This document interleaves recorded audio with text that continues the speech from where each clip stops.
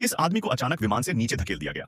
क्योंकि वह पैराशूट नहीं लाया था, उसका पूरा शरीर हवा से 1000 मीटर ऊपर से गिरने लगा।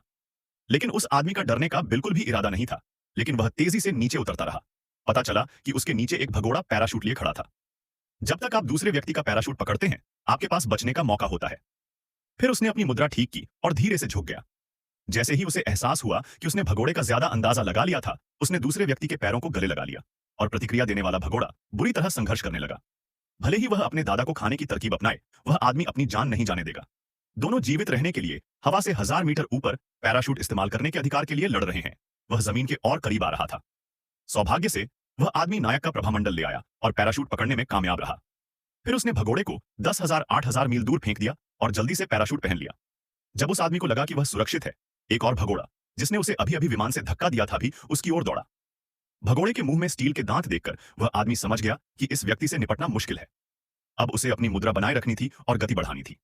लेकिन भगोड़ा आसानी से कैसे हार मान सकता था? उसने उस आदमी का सिर अपनी पीठ से लगा लिया और अपने दांत काट लिए।